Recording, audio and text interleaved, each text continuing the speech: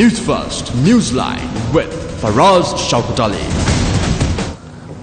A very good morning to you. You are watching Newsline. Today too, Faraz could not be here with us as he is engaged with his family who is down from overseas. We are going to keep you company today with an interesting guest who is not a stranger on the Newsline set, the leader of the National Unity Alliance, Mr. Asad Salih. Good morning to you. Very good morning.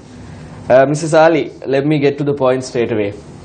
If you watch the news on any channel, read any newspaper in the country, the situation in the government, the government that you also worked very tirelessly to bring in, the government that promised good governance, transparency, accountability, so on and so forth, their track record has not been, not even close to being good, to be honest. You were a part of bringing this government into place. You and a lot of others worked very hard, risking even your life at times. Exactly. How do you feel right now? Actually, very disturbed and feeling ashamed of myself, because usually when a government is new, this government came after almost 20 years. This government, after coming into power, from day one, we have been hearing issues of corruption. And who is doing this? This is coming from the topmost in the UNP. This is what is disturbing. And I think right throughout from day one I have been talking about Malik Samaravikama being the UNP's party chairman, who is involved in mass scale corruption, is now being caught red-handed in every affair. See, in my media conferences I have spoken about Lokuvita. And I said, what was the government's intention and what is the deal between Lokuvita, who was Mahinda Rajapaksa's financial personality, and the present government's chairman. And this just came on news, but it was never highlighted. But today you can see who is behind the Rajapaksa family. Right? Why weren't they arrested long time ago? Why wasn't cases taken up then? We are seeing this whenever we go for places on a political stage, might be at a function, we can see how the then government and the present government were behaving in public. That gave us the idea that something was going on. Yes, something is going on very, very closely with them. Because during that period also we have seen several negotiations. It was only Malik Samaravikama who was dealing with Mahinda Rajapaksa. So that was always in my mind and I was always watchful of that. And to see that was still continuing. Now see, we were shouting at the campaign about the Marriott Hotel deal. Who is the man, who is the financier from Sri Lanka who was sent by the Rajapaksas? Was Lokuvita. Suddenly he comes into Sri Lanka. He was given an assurance by the present chairman of the UNP and who became a nationalist MP and later became the minister. One of the most powerful ministers who runs everybody's ministry. He doesn't allow the ministers to function. He almost takes control of the whole thing and he controls everybody's ministry, giving instructions that what they should be doing. Then that brought us the doubt. And when we checked, only yesterday we knew the deal between Lokuvita and Malik Samaravikama came to light. So, I simply can't understand a people's party that has come to power, always pinpointing the wrongdoings of the Rajapaksa regiment, that they did this, that they did that was wrong, this was no peace in the country, they were attacking TV stations, they were attacking journalists, they were attacking people's finances, they were taking over other people's lands, grabbing lands, all these accusations were there. But what happened here now? We expected a total different government, but we have now seen a total disarray among the UNP today. The rank and file is so disturbed that they never expected the party chairman to be the #1 rogue in this whole episode. Mr. Salih, now we see, when you take a look at everything that is going on, as you said, there are several people, top-ranking people of the UNP involved in certain accusations of corruption. We see information coming to light. Let's take the resignation of Minister Vijayadasa Rajapaksa, former Minister Vijayadasa Rajapaksa. Now, with all of this coming out, there were accusations of the avant-garde incident, then ministers resign, then we see once again that they go and sit with the former president. These are all dramas to the people. See, as far as the deal das was concerned, before the media or before anybody took this up, I have taken this up in my press conferences. I have gone to him and told him very straight that you are becoming an extremist personality, right? You don't want the minorities to live in this country, but you have been speaking for the minorities at times when you needed the vote. But after election, all these things happen after election. After they get themselves elected, then they start the communal line of thinking that they have idea of becoming the 2020 presidential candidate. How many people are today aspiring for that? Right? Today, if you see Champika Ranawaka making announcements and doing a lot of work targeting the 2020 election, you see them doing. The SLP that wanted to abolish the executive presidency also has already nominated their candidate also, which up to today we have not been informed. To be very frank and honest with you, we have also worked for the president. We have also been very close with the president. Up to today, the president has now summoned the parties that work for his victory and given us the green light to say that he is going to be the next 2020 candidate. But all what we know up to today is that no more presidency. The executive presidency will be abolished, and that the president has reduced his term from 6 years to 5 years, and that's it. So that is all that we know. But today we see all the SLPs while talking at press conferences, at their party head office, all of them have already nominated the candidate and said 2020 our candidate is so and so. But let it come from the horse's mouth. Officially, we are still waiting for that. Whether this system is going to be abolished, whether so and so is going to be the next president. That is the thing that we want the president to make his announcement. So that is one thing. And with regard to corruption, up to today, you have seen the senior most cabinet minister in the UNP, not the SLB up to today, in the UNP being corrupt, being ill. You see all the Colombo developments that is taking place. You go to the site and see who is there. Either it is the UNP's hardcore, the president, the chairman, the secretary, treasurer, somebody is the person who is doing it. Now when we accuse somebody, we always made it very clear that we can always sustain that accusation. I have done it against the BOI chairman. I have proved it wrong. Today you have seen the president removing him. Not that he resigned. President removing him from office. When we were leaving to Bangladesh, he was removed. Then Vijayadasa Rajapaksa. The amount of deals that his son goes and does. We saw in these 2.5 years, wherever ministry we go, we see Vijayadasa's son there. Everything was a deal that they were doing. When you go, you can see letters coming from the General Secretary of the UNP that I am interested in this land. My companies are interested in this land. Somebody is interested in this. My family is interested in this land. Official letters. Official letters we have seen that is going around. So these things are all being accused. When you take all the Colombo projects, somebody of the somebody is involved.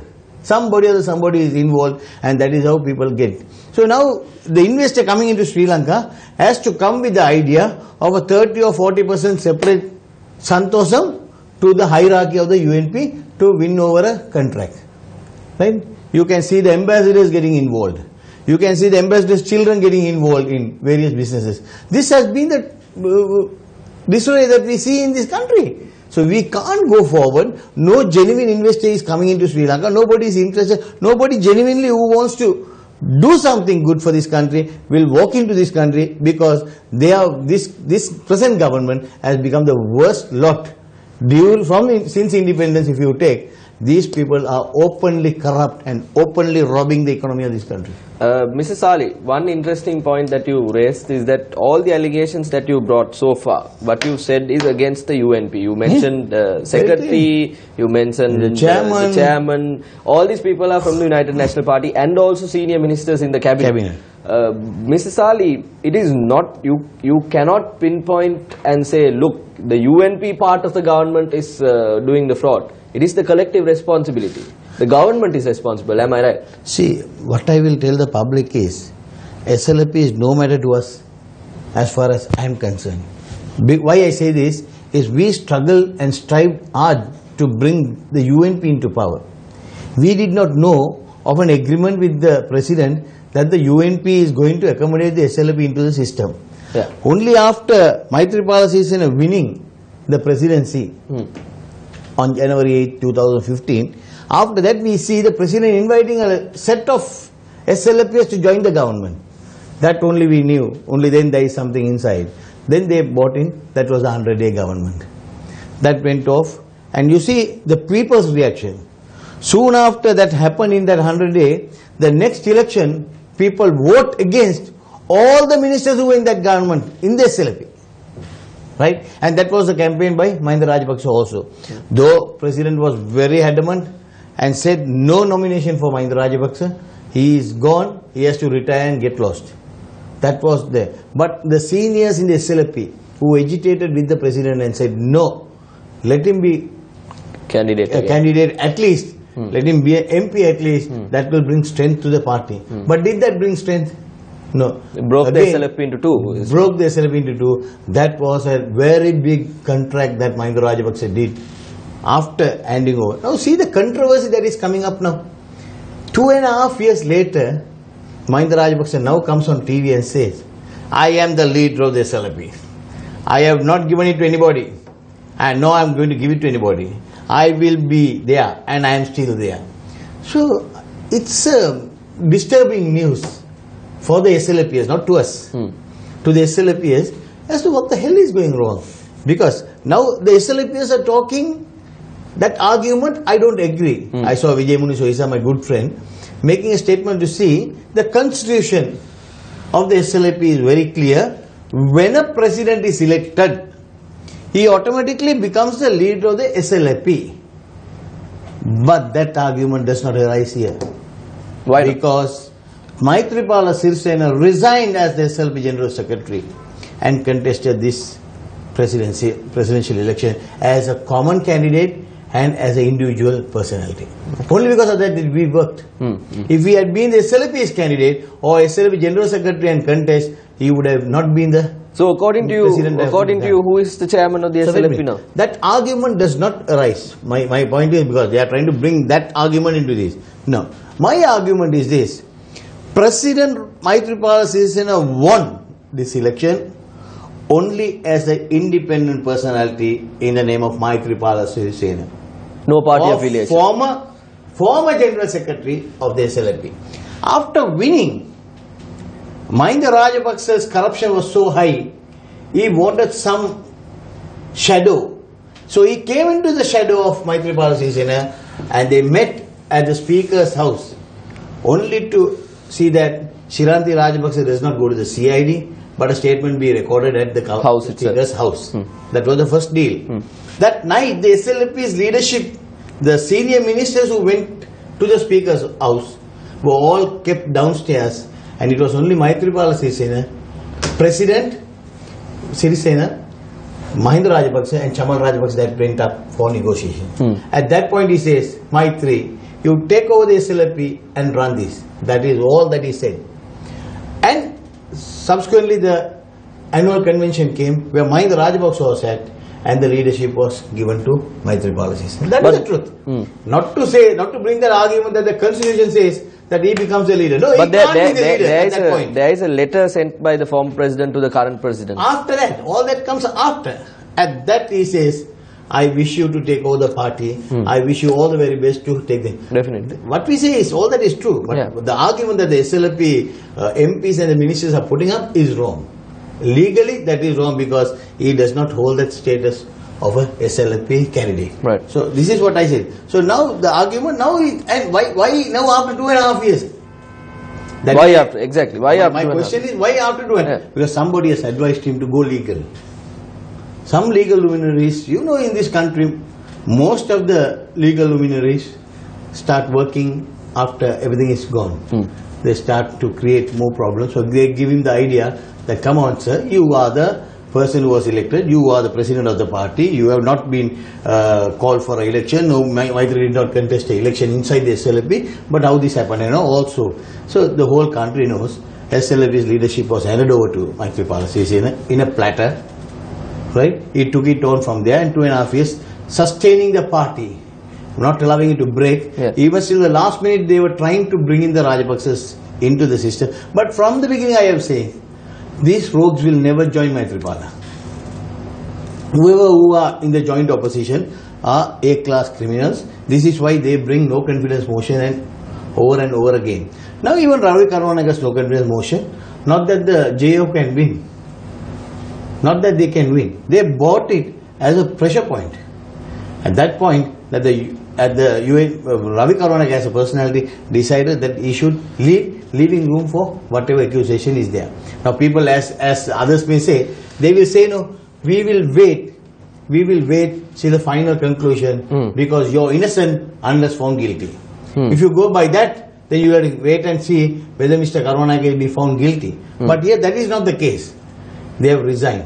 Vijay Dasa resigned because it was not a resignation, he was thrown out.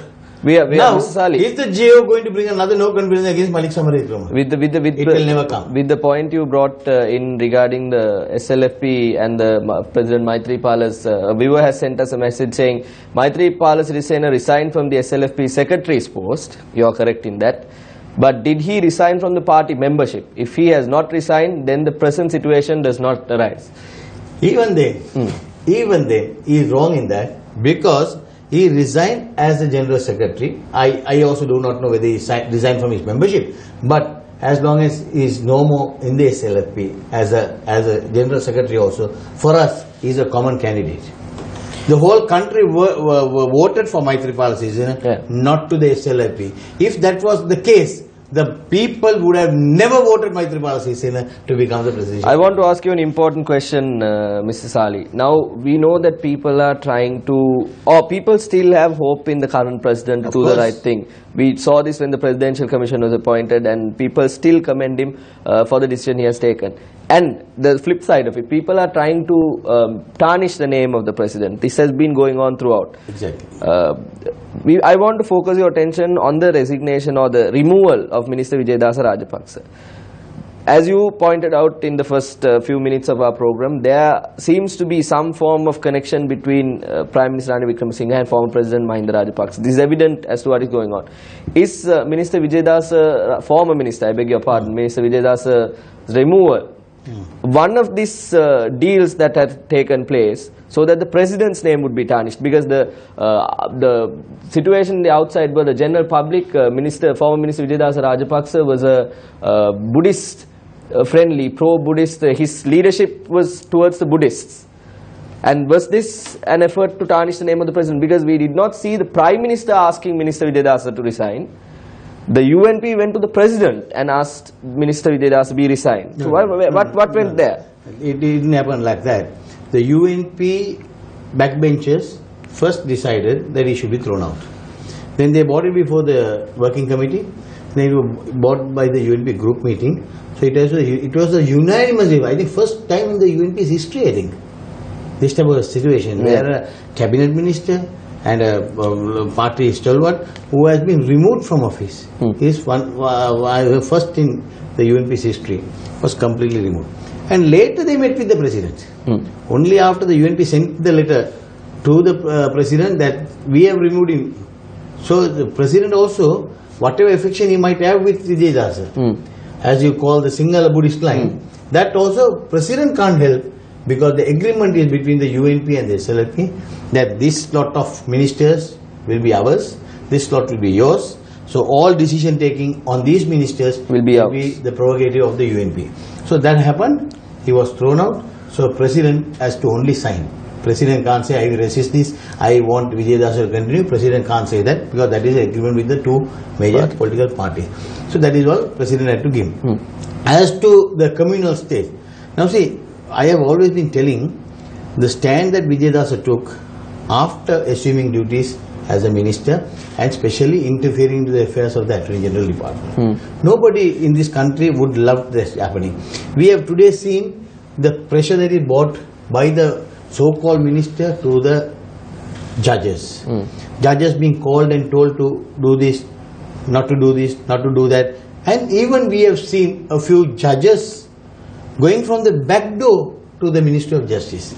Earlier you don't see judges walking into ministers' chambers and talking to the minister and all that. But we have seen this happening during Vijaydasa's period. They come and meet him and take ideas to. So there was a lot of interference. That is why all these cases, now every time you saw the UNP making statement, 82 cases or 88 cases is concluded. Finish. We are waiting for Attorney General to come, and they were putting the entire blame on the Attorney General Department. Then only we came out and said, okay, if the Attorney General Department feels that they don't have staff, they can work on a Saturday, Sunday, they can recruit more lawyers into the system on some basis. Finish this. And finish this. You don't need to have a separate court. You don't need to have a bar trial. All that is not necessary. Now we see the Silvedi program being started. I mean the investigation. Like that. Get one court. Take the 40 or 50 cases that court has, distribute among the other courts, and have one court for this. So that they will finish within a period of 1 year or 6 months, whatever time you may give. But here what happens is, one case is asked, and then again give January or February, March next year. Yeah. So when the period of during the period of the UNP, this whole case will be heard only 5 times or 6 times, and this case will continue for keeping it for the next government to come, and then totally give everybody a pardon. The presidential pardon can be given if Mahinda Rajapaksa or Gotabaya Rajapaksa somebody comes. Now politics has become a Manian's party. Now everybody running behind the Mania. Right? Now you can see in Anuradhapura, a Manian is there, thousands of vehicles going in, queuing up, and Minister Vijayadasa Rajapaksa's son has taken the responsibility of building a house for that person, then asking why other people also came with me, they promised to give. Today I have to put this is what I saw in the newspaper, I have to spend my whole money on this, building the house. President's son-in-law came, he said he is going to give me part of it. These are things that we see in the media. So why all this? When you do the right thing, you don't need to run behind any mania. You don't need to run behind anybody. You do the right thing and you face it. Now Rajit has no confidence. What is the motive? You see the accusation they have made. Is there anything tangible or sensible in that? Nothing. Why? They only want to show that as a joint opposition we are strong. When we put a no confidence, there are others to support. This is not the way it should be. And tomorrow you see, end of the day, how this will be going to be defeated. See, whatever it may be, as minister, we have today seen a change in the health department, health sector. Even today, you or I, we get a heart attack, we don't need to rush to a private hospital today. You can, with confidence, you can take it to a government hospital. They have the best tent available. They will operate you then and there and put a stent and send you back. So that morning you do it, evening you go. So that sort of a situation today the country is coming. You get the culture lenses there, you get the medicine there. And also, if there are doctors trying to say that this is not available, that is not available, there are people who will make the endorsement, give it to the minister. He approves it personally. Take money and buy the product and give it to the patient who are there. So that sort of a situation has never come in the health sector. So we are happy.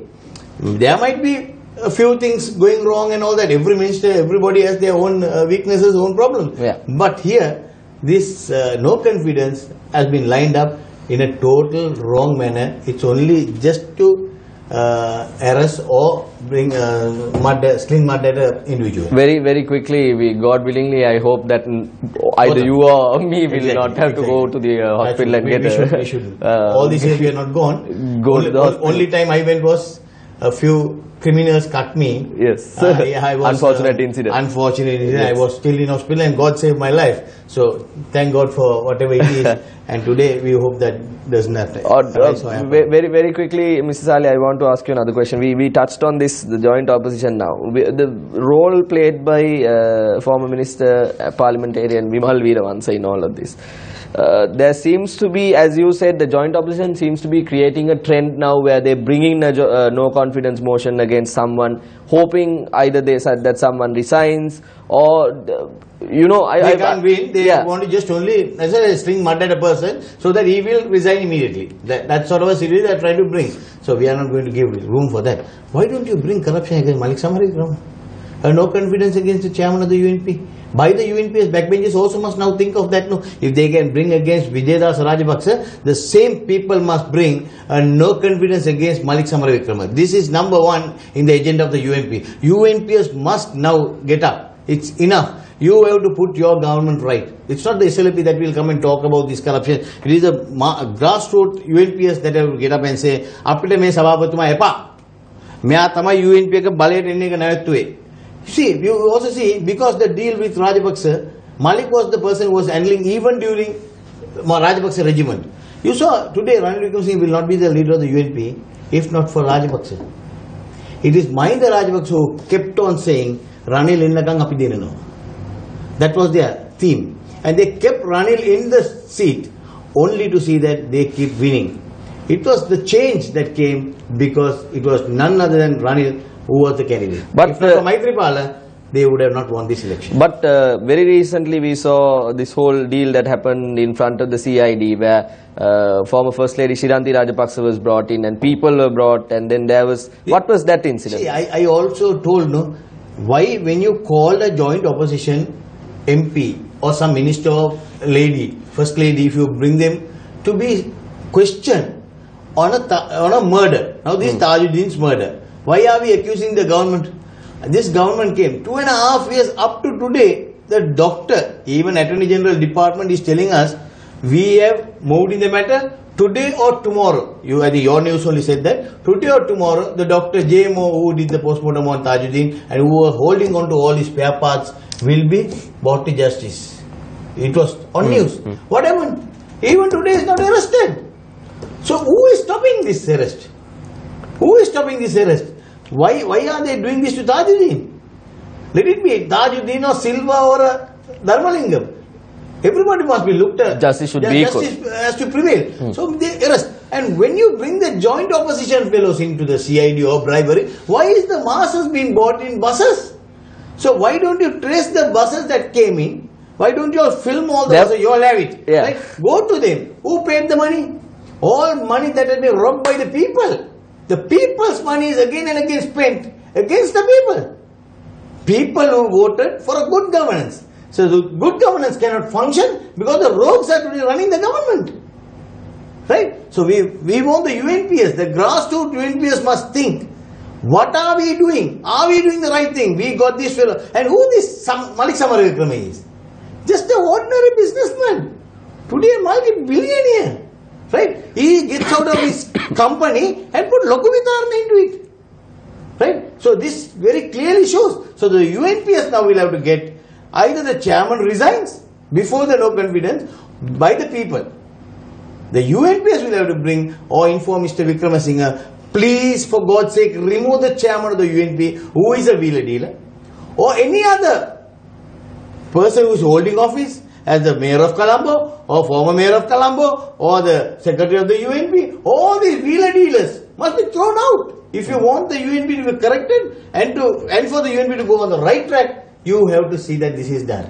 And we have seen now, being in the present former government also, the UNPS benefited. In Jaffna they got land, 90 acres land, 100 acres land. Most of the UNPS got land when Mahinda Rajapaksa was there. Gotabaya gave it. For what?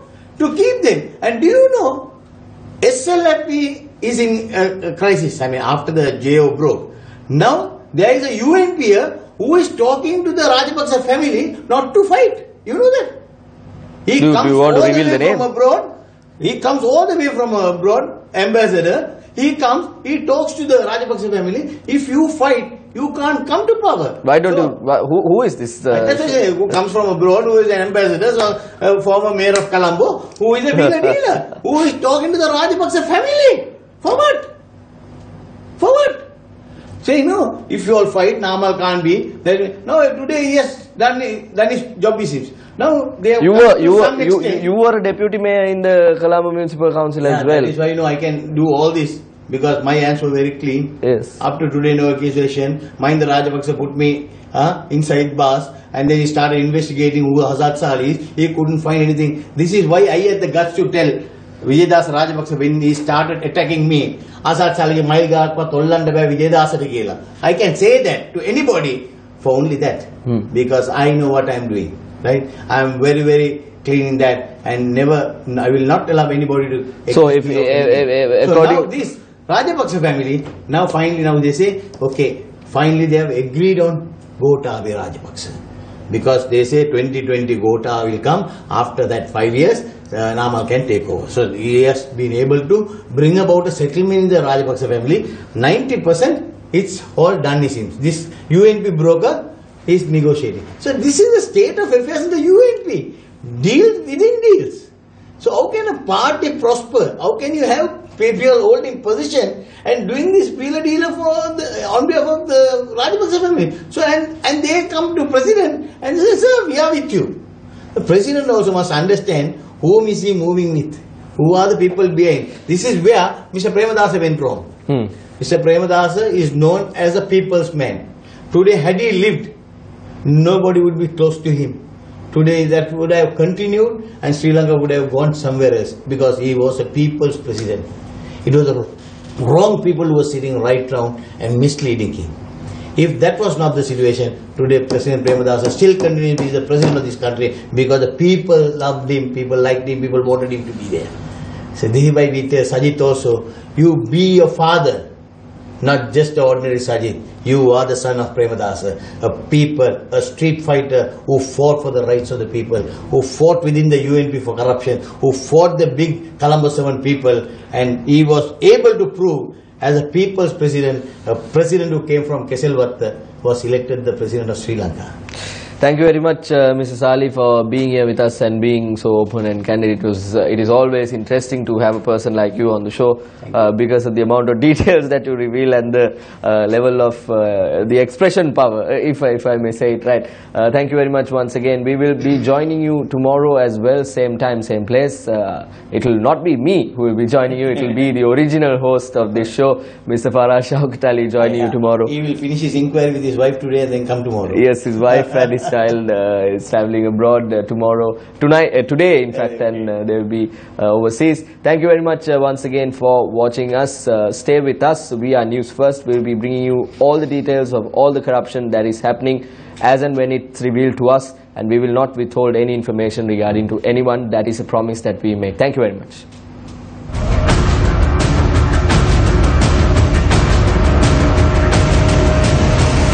News First, Newsline with Faraz Shaukat Ali.